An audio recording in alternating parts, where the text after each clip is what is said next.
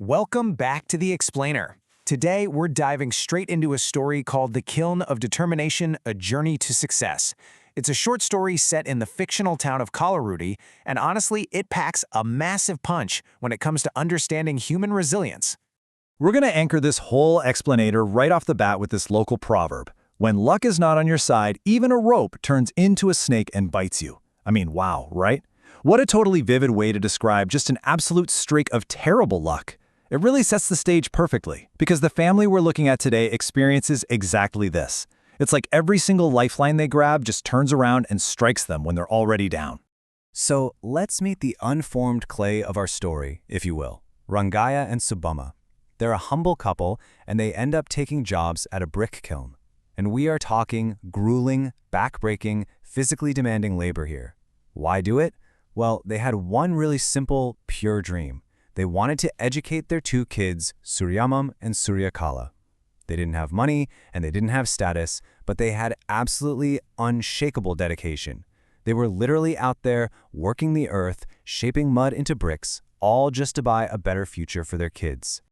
But, this is where things start to crumble. They put in a few years of tireless work, and then a really devastating tragedy strikes. Rangaya gets into a horrific tractor accident while moving bricks, and he loses both of his legs. He's permanently bedridden. So suddenly, the entire weight of the family's survival just drops square onto the mother, Subama. She's doing this brutal labor completely alone for years, just pushing her kids through school. And then, we hit what feels like the final crushing blow. The kids actually graduate, but they can't find jobs. Literally nothing pans out.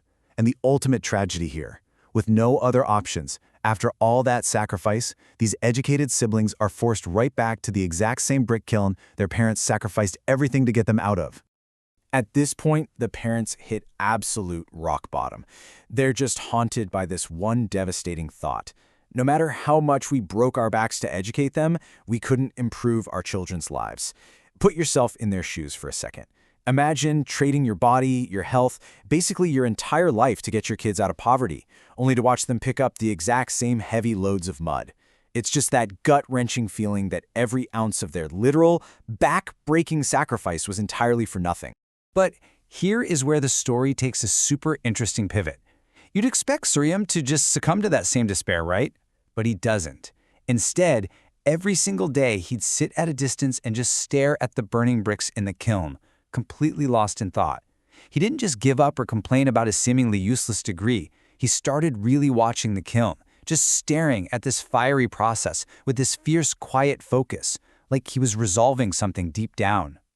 What he was doing was breaking down the literal process of making a brick. Think about it. Step 1, you scoop up some loose, raw soil from the earth. Step 2, you mold it. You give that soil a defined shape.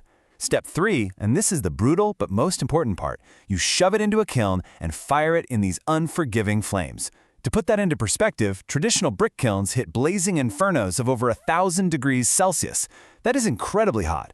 And finally, step 4, it emerges strong, beautiful, and ready to build magnificent homes. This physical process he's watching, it's basically the core metaphor for the entire human experience we're digging into today. So his mother and sister finally go up to him like, "What are you staring at?" And Suryam drops this incredible epiphany. He says, "Why can't we, like that brick, burn in the fire of hardship and transform our lives into something beautiful that benefits others?" I mean, wow, what a massive reframing of his family's suffering. Suddenly, the kiln wasn't a punishment anymore, it was a necessary furnace for greatness. He realizes that without that scorching 1,000-degree fire, the mud just stays, well, mud. The hardship is literally the exact mechanism required for transformation. And man, fueled by that one blazing thought, Suryam's life does a total 180. He throws himself back into his studies with this completely new, unshakable grit. And it pays off. He passes his exams and achieves the incredible. He becomes a collector, a highly respected administrative official. It's one of those triumphant stories you see in the headlines, right?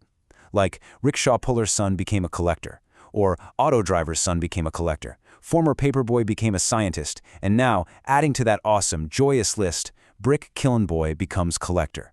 The very environment that was supposed to trap him forever became the exact fuel he needed for his ultimate success.